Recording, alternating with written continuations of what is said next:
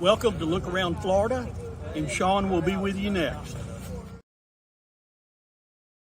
G'day, gentlemen and ladies. Welcome to Look Around Florida. Hope y'all doing good. Ooh, we got somebody from Virginia watching on YouTube. Hey, Beth. Welcome to the show. We got our division chaplain. He's in the background. Hey, Ronnie. Yeah, he's in the background. He's going to be talking about our chaplain conference, the SEV's chaplain conference up at HQ, and some updates with the monument. They're in Jacksonville. So I'm anxious to see, I love this organization. And I hope you do too. I know most of you do. Or she wouldn't be calling me, talking to me, or whatever. But thank you all for your prayers and thoughts. I'm doing much better now. We're sicking of the dog from last Wednesday. Still a little bit of chest congestion still, but for the most part, I'm doing a lot better, as you can tell by my voice. If you try to call me last Wednesday, Thursday, I would not even answer the phone. We got David in the chat. Keith, Jeffro. Yes, he's somewhere picking cotton. So we got some great things coming up. A report of a report came in from Rick Gray out of the St. Pete camp on their shootout last night. Looked great. Good turnout and everything. So we're going to be showing those pictures here in a little bit. So when you join the chat, just say hi and where you're from. Oh, that's cool, Dave. There's a guy, Wilford Owens Jr., that's on YouTube, that's from Virginia. So glad y'all can make it. Let's have fun and learn quite a bit of stuff tonight. So keep in mind, October 12th to the 13th of 2024 is the Fort Clinch event. It's a reenactment. Here's some of the details, or if you're looking at going, what they're looking for reenactors, what you're expected to wear, where, when, and all that. If you have any questions on that, please call David Hallman. He can answer more detailed questions about the Fort Clinch event, October 12th to the 13th. This event we'll be talking about here in a little bit just happened last night. We got this event coming up November the 30th, 2024 from 10 a.m. to 3 p.m. at the American Legion. At the American Legion in Arcadia, Florida. Come join us for food, fun, fellowship. 50-50 donation, supportive of the Order of the Confederate Rose, Chapter Number 4. Civil War bingo and other games. It's always a good time, good food, good fellowship. I've been going to it for the last couple of years, so I enjoy it. Yes. The 28th SCVMC annual, June 19th to the 22nd, 2025, Traverse, Florida. It's got to be a great time hanging out with my brothers and sisters up there in Traverse. People are going to be coming from all over the Confederation that's involved with the mechanized cavalry. You don't necessarily have to be a mechanized cavalry, but you do have to be an SCV member to attend. If you have any questions on this event, rooms, boarding and all that, please see Ronnie Nichols. He's in the chat right now if you want any more detailed information. We got Bobby Van Zandt from the St. Pete camp in the house. Ryan Rogers. Good to see you guys. So That's a little bit of an early preview. So let's go into the report that I got, that I saw earlier. Bobby, you don't mind me showing the pictures from the shootout that I saw on Facebook, do you? If you do, let me know because I'm getting ready to show them. Ready. No comment from Bobby, so it must be all good in the hood. All right. This was from the St. Pete camps, put out a shootout last night. Very good crowd. Our Southwest Florida Lieutenant Commander David King, uh, Bobby Van Zant, Rick Gray right there in the middle, and various members from that camp. And there's Randy. If you're looking for a good speaker, please get a hold of Randy. He does a great job on various different things throughout the war. All right, thanks, Bobby. Just want to make sure I didn't hear back from Rick. So as you can tell, they had a good crowd last night. Here's some of the pictures that I've seen from the shootout. There's Randy. Looks like a 12. Yeah, it's a 12 gauge, but there's Rick. Whoop, almost clicked on that. Yep. Stop it. Looks like they had a good fun time. That's good, Bobby. How many people would you say total showed up?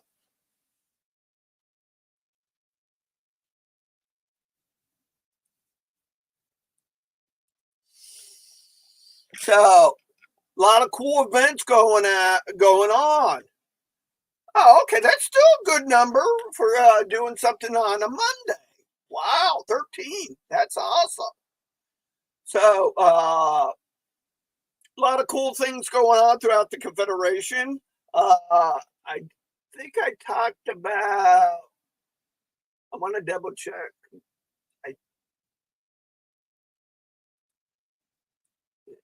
I know I uploaded it. Yeah.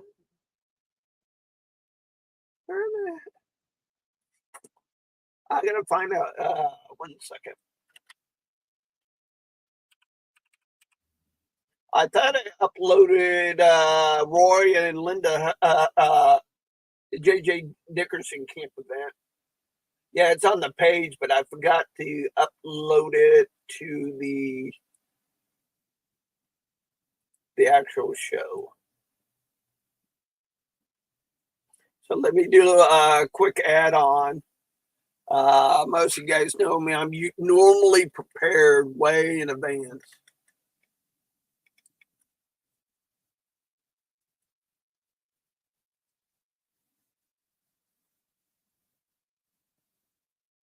There we go. This is a Lee Jackson celebration that's coming up that's being put on by the J.J. Dickerson camp. Is proud to announce the 2025 Florida premiere of the Lee Jackson Dinner and Southern Heritage Celebration. Doors open at 4:45 Saturday, January the 4th, 2025. Celebration begins promptly at 5:15. Honoring our guest speaker will be none other than SCV's Ron Kennedy. Gonna be in Florida. He may not go back the same. It's always a good time to kick back, see the Kennedys. Oh, that's good to know, Bobby. So that event's coming up. I know there's more events coming up. So when you guys get your events set and scheduled, please let me know or send me a flyer. You can text it to me, email me, message it to me on Facebook. This way I can get you as much support as I can with people throughout, not just Florida. We got people from Virginia, Tennessee, throughout the Confederation that watches the show. So they have an idea of what we're doing here in Florida, and they might be in the area and may want to come to your event. So help me out. Help me to help you out. Let's put it that way. So with all that being said, please welcome our Florida Division Chaplain, Kim Hoffecker. Hey, Sean, how you doing? I'm doing a lot better than what I was last week. Let's put it that way. Well, you even sound better than you did last night, so I'm glad you're improving. Thank you, sir. All right, just let me know where you want to begin, and we can go from there, sir. Okay, well, first and foremost, I think as we begin, once again, we're facing another storm and certainly don't know the intensity and how it will affect all of our families across the state. So we want to keep everybody in our thoughts and prayers that everybody will remain safe and this storm will pass through and not have any real devastating effects. So I would ask everybody to please do that, and I'm sure each one of you will. The last time, Sean, that when I was on with you, I think that was back in early May, and we discussed the Battle of Newmarket and the involvement of the cadets from the Virginia Military Institute. And I enjoyed being on with you and having that discussion there. That's a story that I always enjoy reviewing and hearing about. And so it was good to be with you then. It's only been about 4 months, but certainly a lot has happened in the meantime. We've had our uh, Florida Division reunion in Trenton. We were able to get together there, go over the business for the division there, and then also uh, a month later in July to have our national reunion in Charleston. And it was good for me to be able to reacquaint myself with many of y'all and meet some for the first time. And so that's been a big thrill for me, and it's been an honor for me to be able to serve as the division chaplain. So a lot's been happening, and we're just glad to be able to carry on the work. As the Lord, So now, as the Lord lets us do it.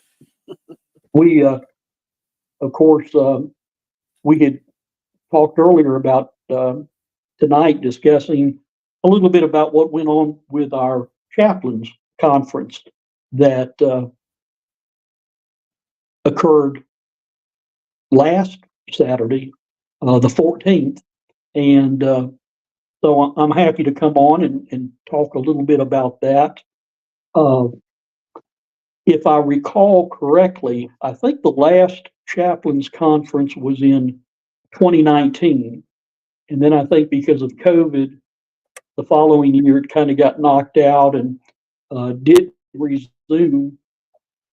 And so I was real pleased, I don't know, maybe 3 months ago to see an announcement that was put out by our past Commander-in-Chief, Jason Boshears, announcing this great revivals in the Southern Army's conference to be held at Elm Springs, our SCV headquarters. As I say, just barely a week ago, on the 14th of the month, there in the conference room at Elm Springs, and as soon as I saw the registration form, fortunate that I was able to sign up and go to it. Because of the seating in that conference room, they had it limited to 50 people, and not knowing exactly what the turnout would be. So the registration form, the what they were charging for it was extremely reasonable, considering they had speakers coming in from different areas to talk. Just for the setup, they served us lunch, and and for what they charged for that, like I say, it was extremely reasonable. I was glad to be able to go to represent Florida Division and my own Kirby Smith camp, as did our division adjutant, Rick Roberts, was there as well. Um, upon arriving there, got to speak to several as they were coming in, among which was Jason Boshears. And like I say, and I don't want to leave anybody out, but I think Jason was one of the main organizers of the event. I think Jimmy Hill was a part of that, our past AOT commander, as well as our immediate past chaplain in chief, Gary Carlisle. If there were others involved, I apologize for not knowing who they were, by name. I'm sure there were others in the background. I know there were several of the ladies there that prepared a nice uh, early breakfast, had coffee and snacks like that, and then helped prepare the lunch as well.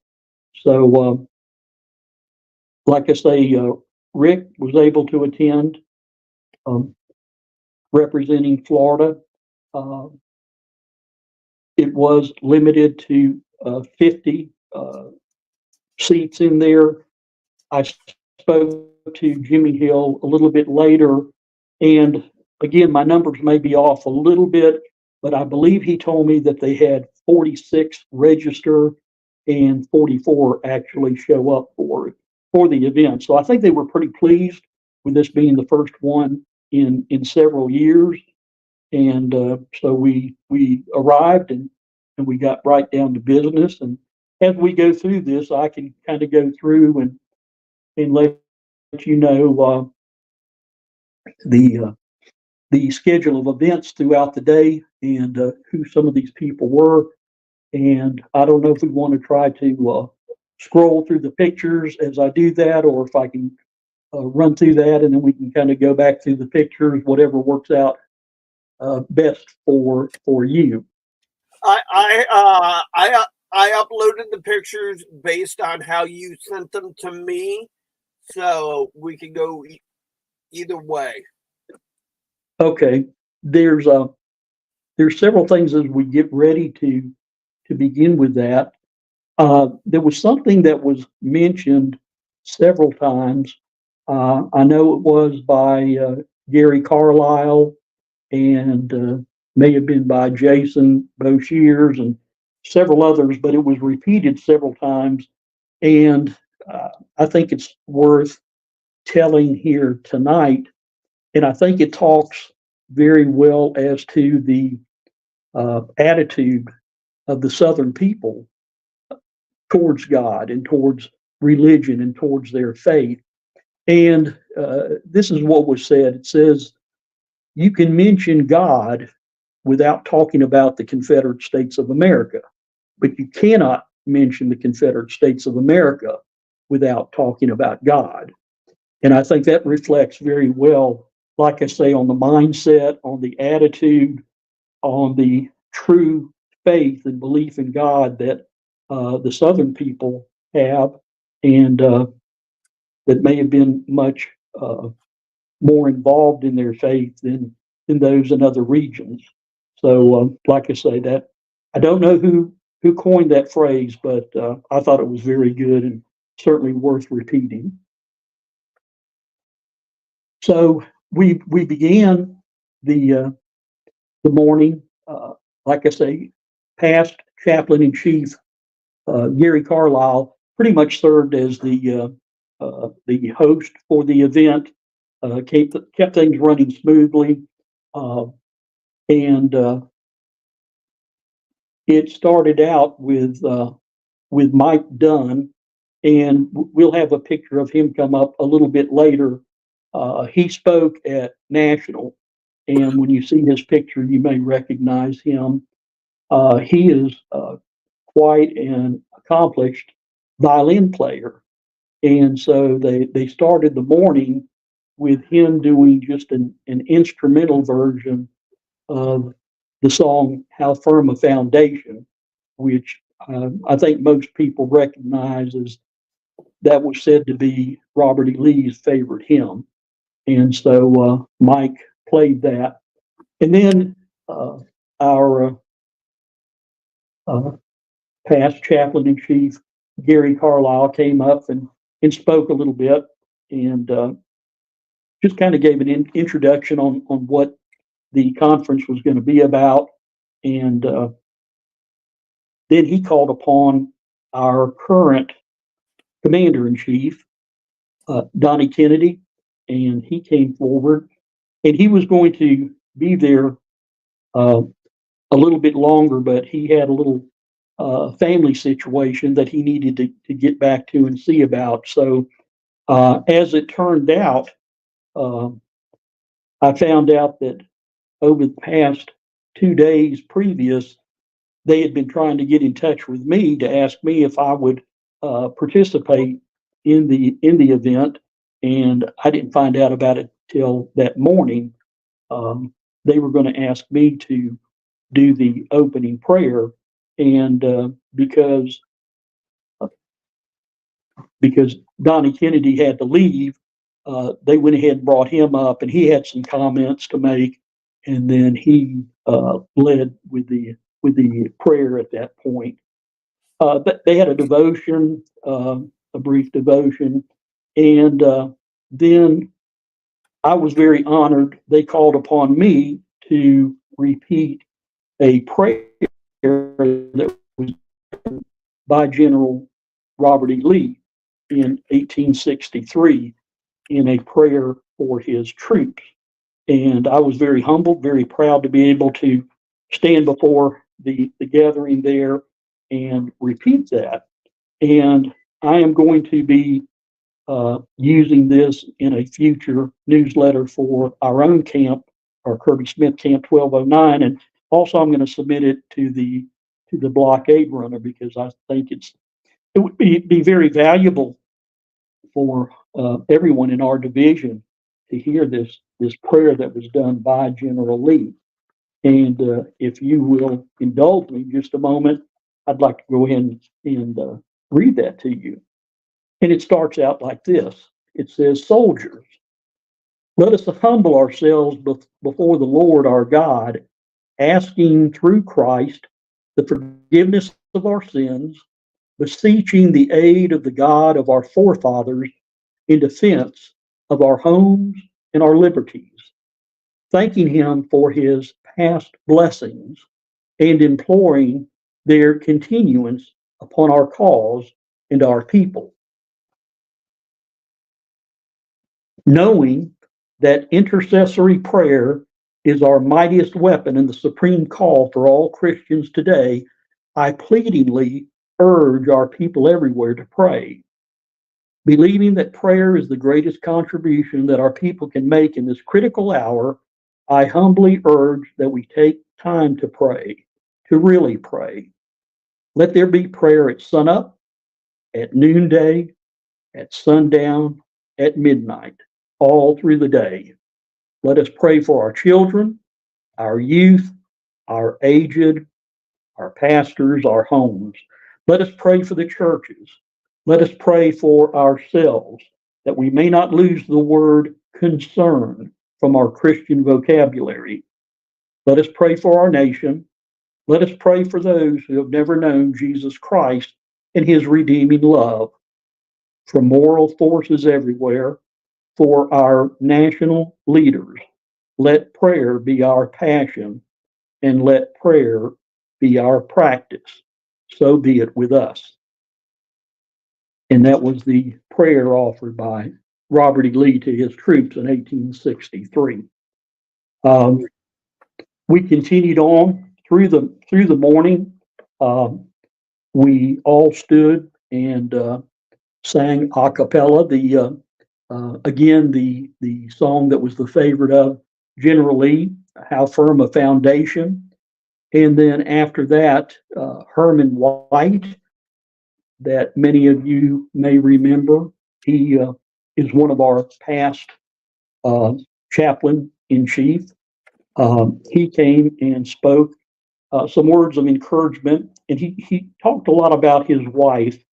And if any of you know Herman very well, his wife was by his side always throughout his many years in the SCV, which I've only known Herman for a number of years, but I know he traveled a lot during his tenure as chaplain in chief. And when he lost his wife several years ago, I know it was very devastating to him, as it would be to anyone. But he has persevered and just spoke about the comfort that she was to him as he served in his capacity as a chaplain for the SCV. So it was a very touching, very moving time to hear him speak. And of course, again, if you know Herman, he can get pretty fired up too. He's quite a character. So it was good to see Herman there at that time. Following that, our new chaplain in chief, Tom Hyder, spoke. Uh, he talked about the SCB charge as it applies to a Christian, and how being a Christian can relate to the charge as well. Uh, Dr. Michael Bradley, you may have heard that name. He spoke on the Southern religious tradition, and then Charles Jennings came forward. He spoke on what was entitled Holy Men, God's Gift to Our Southern Nation. Mike Dunn, that I mentioned earlier, spoke about the Confederate chaplains and religious music during the war. Our past commander in chief, Jason Boshears, came forward again. I found his role, his presentation to us very interesting. He spoke about Sam Davis, who was referred to as the boy hero of the Confederacy. Many of you may know the story of Sam. He was captured for carrying documents, accused of being a spy, was tried and sentenced to be hanged, and the federal general offered him release if he would give the information of who he was working for. And Sam said these words, that he would rather die 1,000 deaths than to betray a friend. And he was executed. But before that execution took place, there were several people that came to visit him the night before, and one was a minister from the area there, and he asked Sam if he could do anything for him, and he said, "Well, if you would just sing along with me the hymn that was my mother's favorite," and that was the song titled "On Jordan's Stormy Banks." And so, as Jason concluded that presentation, we all stood and sang that song together. Uh, that was particularly interesting to me because I've had the privilege, several occasions, to visit the Sam Davis home in Smyrna, Tennessee, not too far outside of Nashville. And in fact, the day before, I had gone there and taken my grandson, who was one of our newest SCV cadets.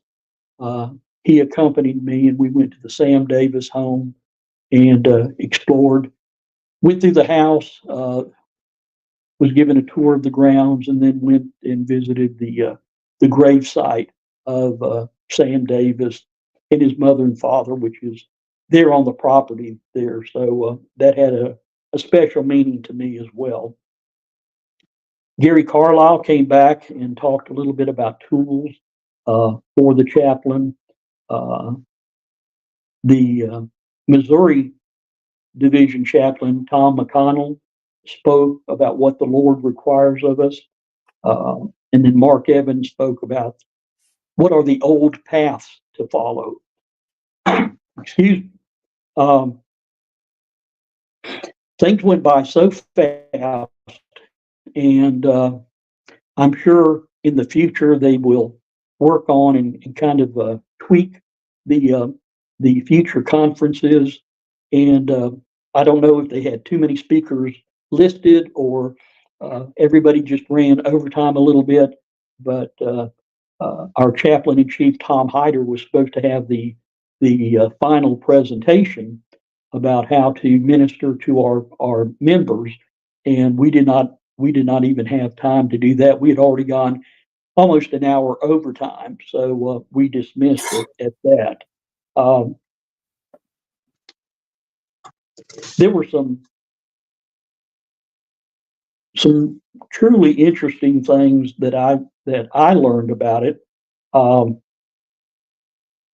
when the big push came during the war for these revivals, and it happened in the winter of 1862 in December, and that's when General Stonewall Jackson called his minister, which he had several that worked with him through the course of the war. But one of them, and you may recognize this name, Beverly Tucker Lacey. Jackson called him in and told him that there was a real need within the armies to approach these men about their faith and to teach them. And so by that time, they got together and they formed a chaplains association. Now, one thing that again, this is something that I learned that I didn't know about, and I've heard these different terms used before, but that would be preachers, evangelists, chaplains, and coal porters. Coal porter is a relatively new term for me. I have found out about that, but as was explained to us there, during the course of the war, you had the preachers who had their churches, their congregations, and as the troops might come through their area, that preacher would go to those troops and spend a few days or a week, whatever, to take the gospel message to the men in the armies there. Then you had what they referred to as evangelists, who were men, individual men, I guess you would refer to as laymen, from these churches, and they would go to the troops, and they had a little more time to spend there than what the actual minister or preacher from the church did. And then you had the chaplains as they were formulated within the armies there, and these chaplains were the men who followed the troops. They were in the thick of it. They slept on the ground like everyone else. They ate the same food. They were subject to the same weather conditions.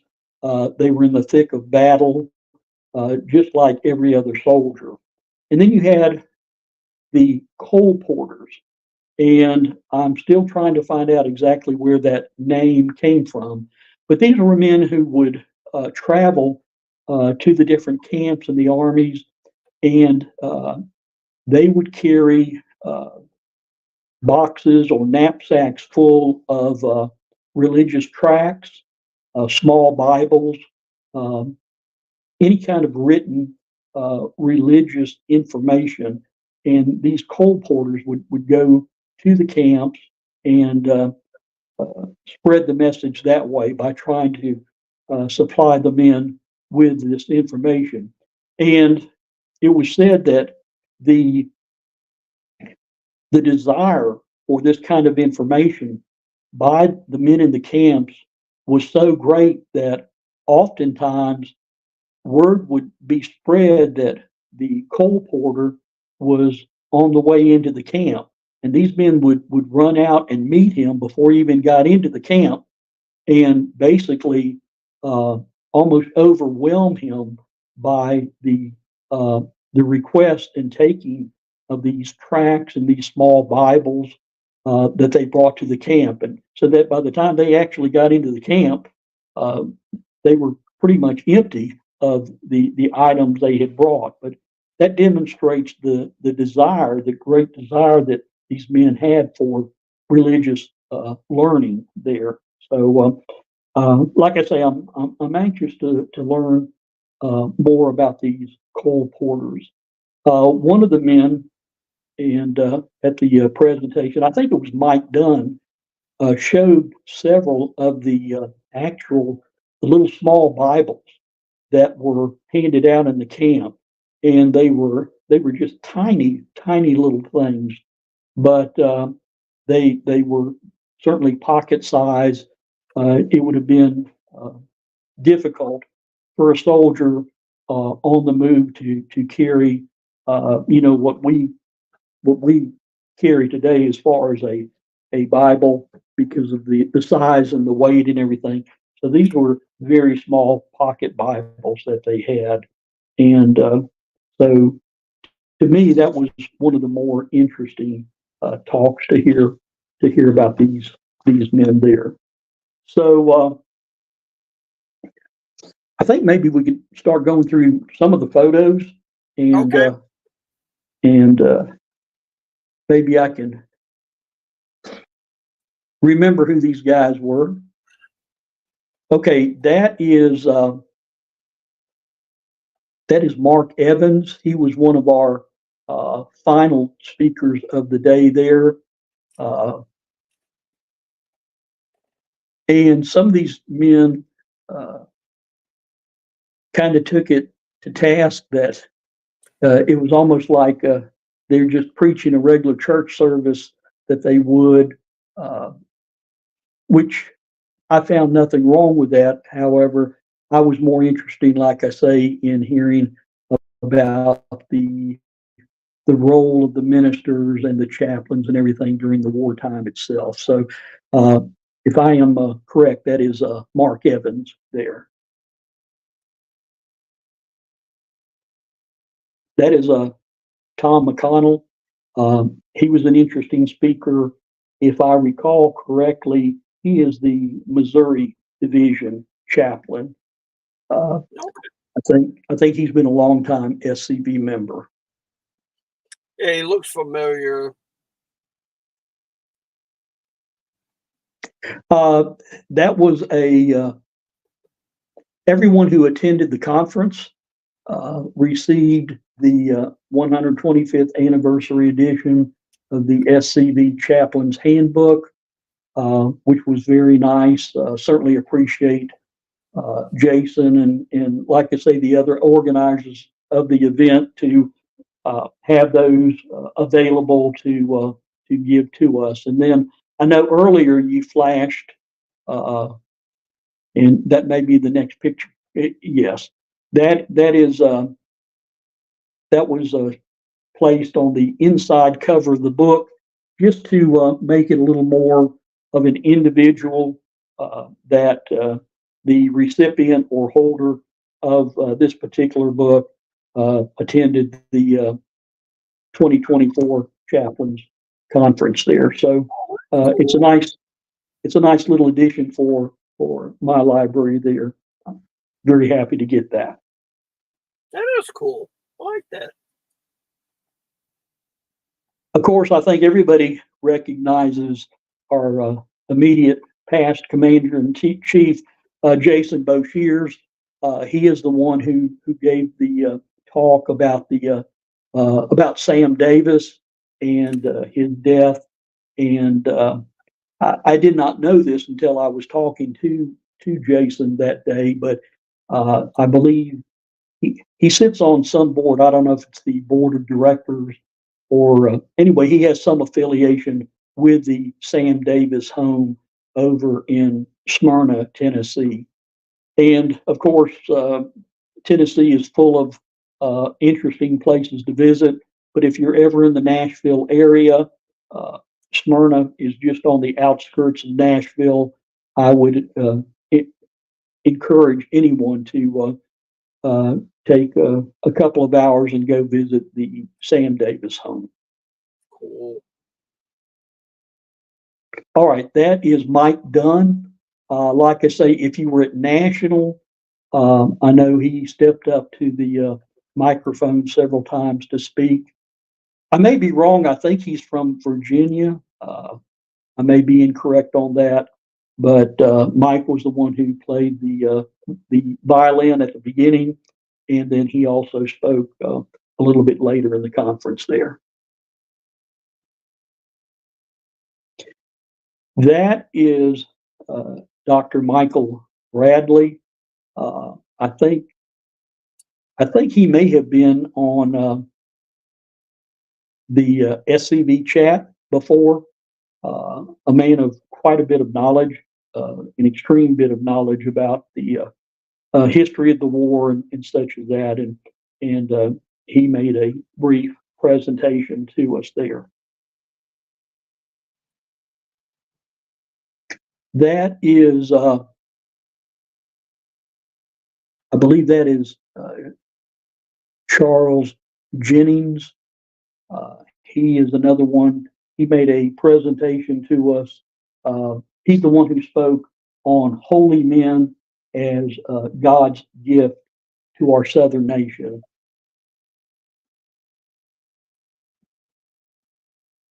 That is Herman, Dr. Herman White. If you've ever been to a national, you have seen Herman, you have heard Herman. Like I say, he's quite a fireball. He is from North Carolina, and he is the one who spoke about. He gave words of encouragement. He is the one who spoke about how much his wife had helped him and encouraged him all through his time of service in the SCV. And as he spoke of her, like I say, she has been passed now several years, but he gets choked up every time he talks about his wife. And but certainly a good man. He was there at the Forest reinterment. If any of you were there for that ceremony, because Herman was the current chaplain in chief at that time.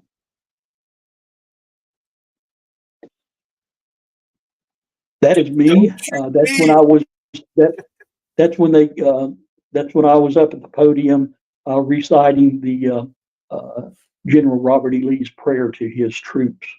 And again, kind of came as a surprise, a pleasant surprise, and certainly an honor to be included to participate in the event there. Cool. That is Gary Carlisle, our immediate past chaplain in chief. He's the one that kind of ramrodded the event that day, served as the MC and kept things moving along, introduced the speakers and such. He's a pretty dynamic guy.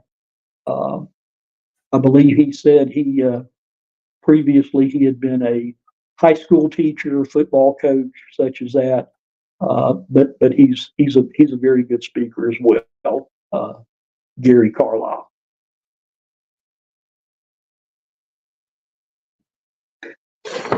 I've got to look. Yes, that's our current commander in chief, Walter Donnie Kennedy, and like I say, he spoke at the beginning of the conference, and but unfortunately had a family situation that he needed to return home. But it was nice to see him there. Rick and I were able to meet him and share a few minutes to speak to him, and as well as Jason Boshears. And again, I can't repeat too often how honored we both felt to be able to be there and represent our camp and especially the Florida Division. That's a picture of me with Donnie Kennedy, our current commander in chief. Whoop, sorry. No, that was just the program, the brochure that was given to us uh, at the beginning of the day. I like it. That is your division adjutant, Rick Roberts, and our commander in chief, Kennedy. That's myself and Rick, along with Jason Boshiers and Donnie Kennedy. We were able to get that picture made before the morning got going. We knew things were going to move along quickly and may not have an opportunity later on. So we took the opportunity when we could because it was just nice to be able to share in that moment with our immediate past commander in chief and our current commander in chief.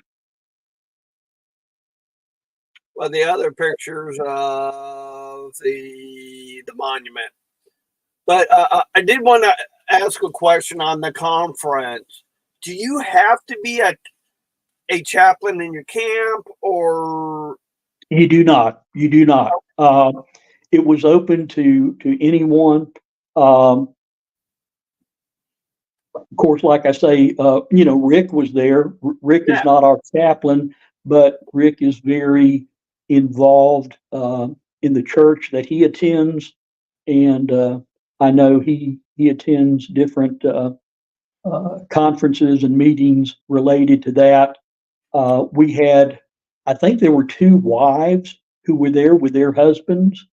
So no, it was not restricted just to chaplains, which made it nice also that you had a kind of a nice blend, uh, people from different backgrounds. One thing that I was very surprised, I was thinking that probably the attendance would be made up primarily of people local to that uh, general part of Tennessee, Nashville area, and like that. But like I say, there were 44 in attendance from 11 different states. So, Wow, so that was a good turnout there. I like that. From 11 different states. That's awesome. Yeah, and it was scheduled to begin at 9 a.m., end at 3 p.m. with just a brief lunch. But like I say, it went um, an hour over, and we had to cut it off at that point. So, like I say, I'm sure future events they'll make adjustments and tweak it and fine tune it a little more. But I have nothing bad to say about it. Was happy to be able to go, uh, you know, personally, and again to represent not only my camp, Kirby Smith, 1209, but more importantly, even our Florida division. And so, as your division chaplain, uh, I'm just thankful to be able to have done that.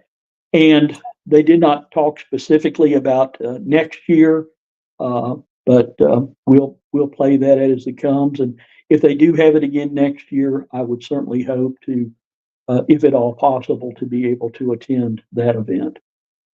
Yeah, it definitely looked like a cool event, and I may attend next year. I mean, it definitely sounds interesting, especially if anybody's a man of faith. And personally, I found the location, Elm Springs. I thought that was a good location to hold it. Um, I mean, certainly, if you're traveling from some other area, you wish it was closer to home. But I think Elm Springs is kind of a good central location for any SCV member to travel to. And I understand everybody can't do that.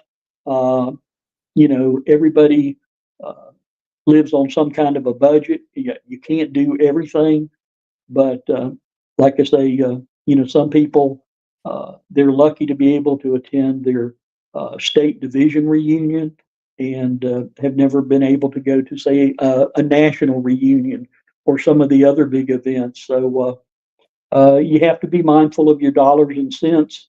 But again, this worked out for me to be able to attend, and our division adjutant, Rick Roberts, as well. So we were both very, very pleased and honored to be there. I'm glad you guys went. All right. The next group of pictures, I'm not going to get a call from Calvin, am I? I don't know. We'll have to see. All right, we're going to shoot. He knows. He knows I posted these on our Florida division, at least some of them anyway. So I don't think he'll be mad. No, he'll call you before he calls me. All right, there you go. Well, this past Saturday we had a work day at our Kirby Smith 1209 Confederate Park that we opened several years ago. That is our flag site, which is visible from Interstate 295 in Jacksonville. This is the Florida Soldiers Monument that we are putting up in that location. And let me again state that many of you, either individually or your camp or brigade, whatever, has wanted to be involved in this, has contributed monetarily that this can happen. And even though you may not be able to be there personally to do the hands-on work, we're grateful that we can be there to do that. And we're so thankful for that everyone who has worked to support this effort. We started out months ago, poured the slab, and then after that set up good, then had a crane come in, and we started putting the pieces of the monument itself up. Now, this past Saturday was our time to put the soldier statue itself on the top of it. Now, this is not a done deal. There's still more work to do on the monument itself and on our part to enhance it. So I know people are anxious. When we will be having a dedication ceremony? That has not been determined yet, but certainly we will let everyone in the division know well ahead of time when that date and time will be, because we want everyone to come and to be able to participate and celebrate when we do dedicate this Florida Soldiers Monument. So right there, he's got the harness on, the straps on, getting ready to hoist him up. I'm not sure what order some of these pictures may be, but I know we have some in there, Sean, that some of the guys, including myself, wanted to get a picture of ourselves standing next to it. It's such a beautiful sculpture. It is so well done, so well detailed. I think that Calvin has come on in the past and talked about the monument itself, but to be able to look at the detail in his face, when you look at his kepi, it has the initials. Well, there's a picture right there that is Chris Button, our Kirby Smith commander, standing next to it. So that shows a little bit of the contrast. The soldier statue itself is right at 10 foot in height. And like I say, we all wanted to get a picture before he got hoisted up on top, because we knew what a great part of history it is, what a great piece of art that it is. And if we didn't get our picture made then, we'd never be able to stand up alongside him again. So we were anxious to do That's that. what I was looking for. that You were that talking that shows some of the great detail there, the belt buckle, but even more so, look at the back of his left hand as he clutches the his rifle. You can see the veins in the back of his hand. Uh, extremely detailed. Yeah. Okay.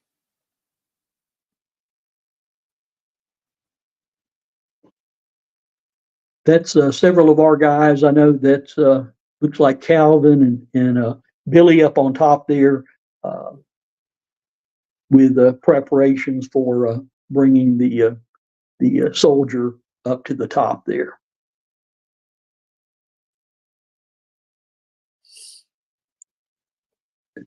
There, the crane, of course, has him, bringing him close to the top.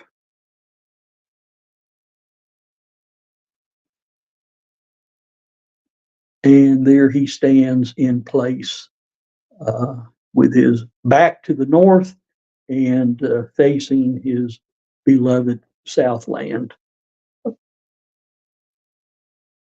We had a beautiful day for it. That's Joe standing next to it, and Joe's a pretty tall fella, and as you can see, he just barely makes it to his elbow.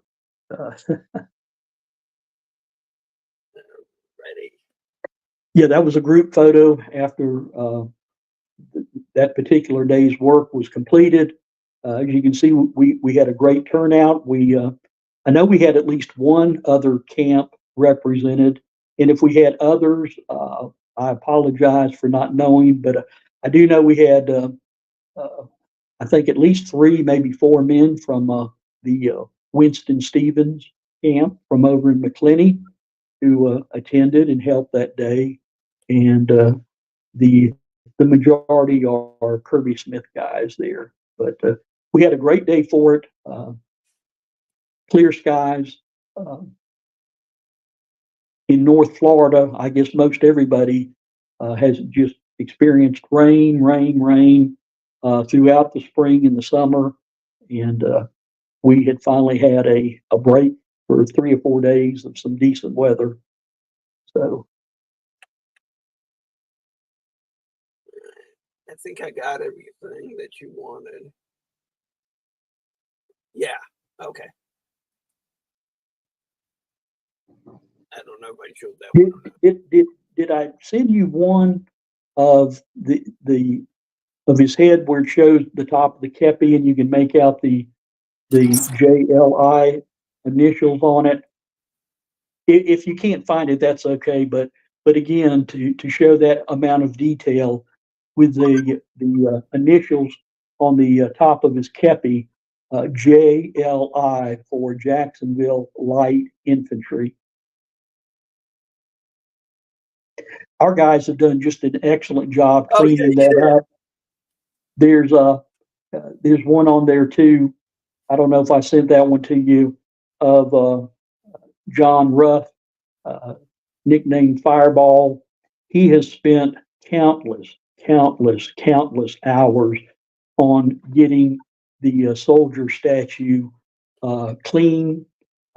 As Calvin mentioned, I think in one of his earlier broadcasts, uh, you know, this statue goes back to 1896, stood in the center of downtown Jacksonville in what was then Hemming Park. So it had all those many years of grease and grime and pigeon uh, uh, droppings and everything like that. Well, Yeah, I Fireball has done an unbelievable job. Like I say, I can't tell you how many hours he put in the cleaning and then putting a special, I don't know what it is, but a coating to help to be protective of it. And I certainly applaud him on everything he has done. Billy Fiegel has done a great job. Um, so many others have contributed with their time and their effort on it. Too many to count, but I know those two guys have really yeah, there's John right there. This was right before he was hoisted up. Again, John just wanted to give him that last little loving care, and so he climbed atop uh, a step ladder there. Again, that statue being 10 foot tall, and John just barely makes it to the top by the step ladder there. But we appreciate Fireball and everything he's done. Cool. Here's what you were talking about the Yeah, hat. yeah, that may be it. And I don't know if you can see real close, but right in the center of the kepi, if you look above the brim of it, and you can just barely make out the JLI, Jacksonville Light Infantry. Yeah, I can make out the L, but I couldn't make out the other Yeah, two. yeah. But anyway, it's a great day and a continuing great event for all of us in the Florida division to again, you know, they take them down, we put them up. Exactly. So thank you so much to everybody who has been involved in this great work. As Well, Calvin said, he was downtown, and other than people who may have stopped to eat lunch in the park and probably never even looked up at it, now he will be seen by thousands of motorists every day as they travel down Interstate 295 in Jacksonville. now you're talking about the motorists coming down Jacksonville. And if they see the park and they want to visit the park, and they go to the park, is there a phone number that they could call to get in touch with somebody from your team? Well, for security reasons, at this time, it is kept secured. But yeah, and particularly any of our SCV members, if they know they're going to be coming through town, they can certainly get in touch with with Calvin or myself or Rick or Chris, and we can certainly arrange for someone to meet them to get into the park and not only see that particular monument, but the other things that we have set up in there. Besides that being our flag site, we have that statue of General Lee in there. We have another monument that's dedicated to the soldiers from the state of Florida, which is a duplicate of the one that we placed at the Winstead Hill in Tennessee several years ago. Yeah, that can certainly be made available. Yeah, that's why I was just wondering if Joe Blow general public, if they figure out how to get to your park, is there a sign there, who to call or anything? Well, not as yet, and I really don't know how we will approach that in the future. Certainly, that'll be left up to the powers above and beyond me to decide on that and how that might be done. So it is what it is for right now. Right. We don't know how that will progress in the future, but hopefully a time will come that we might be able to do something like that. Yeah, because you get Joe Blow coming down, see the flag site, go, to look at so much from the fans, maybe a potential member. Could be. Right. Okay. Well, Kim, I want to say thank you for coming on tonight and give us an update on the Soldiers Monument and the Chaplain Conference. I do appreciate it, sir.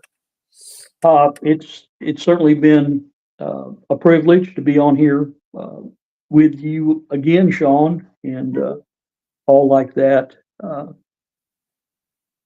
Can I close out real quick? I know our time is going by, but the last time I was on, I think there was a lady asked me about one of my favorite verses, and I told her 2 Timothy 2:15. There's another one that I would like to refer to, and it's just a single verse, but this is out of the Old Testament from Isaiah 6, verse 8, and I think it applies to us not only as Christian and most importantly as Christians, but also as our sense of duty in the SCV. And of course, we all know what General Lee had to say about what duty meant. But in Isaiah 6:8, it says, "Also I heard the voice of the Lord saying, Whom shall I send, and who will go for us? Then said I, Here am I, send me." And I think that's something we can all take to heart and use. Yes, sir. That's a good verse. Good to be with you again, Sean. I appreciate it, sir. Before we close the show, does anybody have any questions for Kim? Feel free to ask.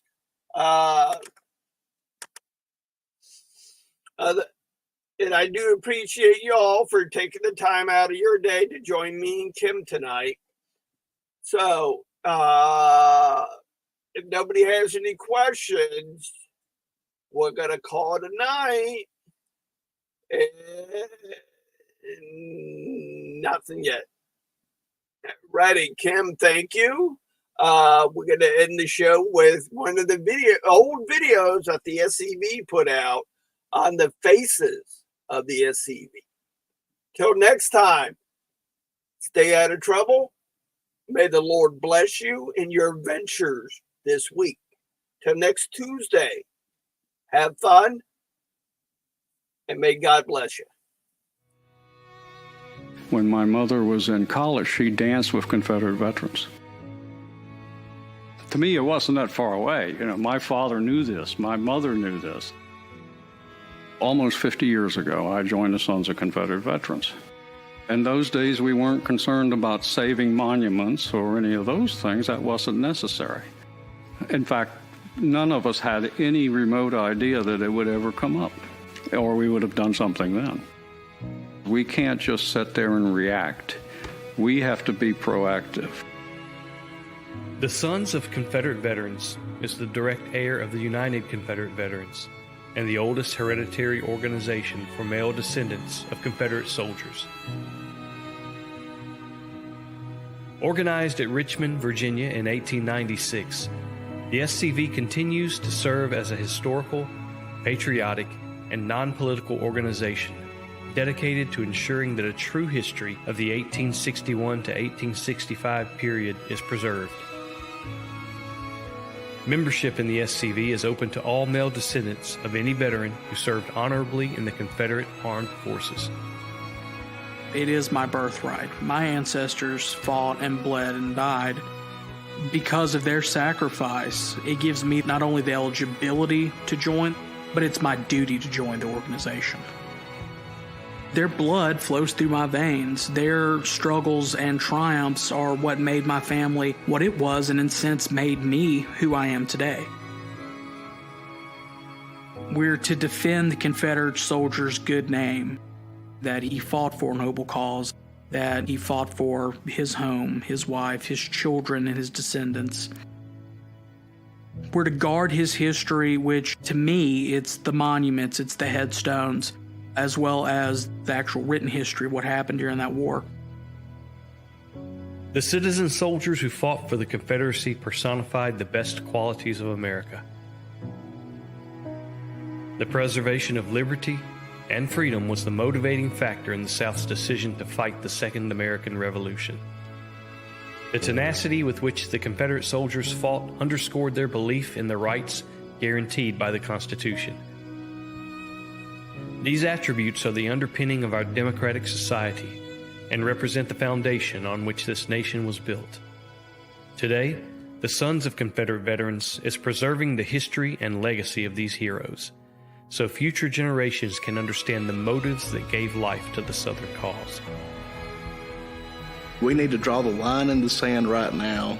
These are our Confederate monuments. These are our Southern heroes, and you're not going to take them down. Right now, if we do not protect our heritage and present it as it truly was, it's going to be lost forever.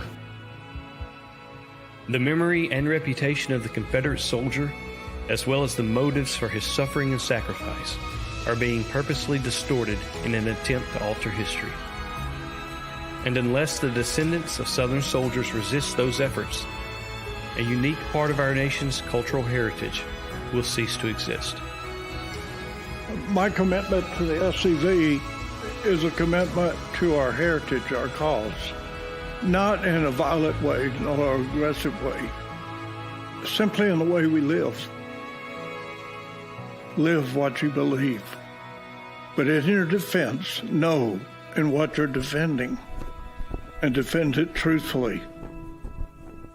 If you were interested in perpetuating the ideals that motivated your Confederate ancestor, the SCV needs you. Simply visit www.scv.org today. Our genealogists are ready to help you trace your Confederate heritage. We're not just some history club. We are a fraternal organization who is essentially the last guardians whose duty it is to defend American and Southern history.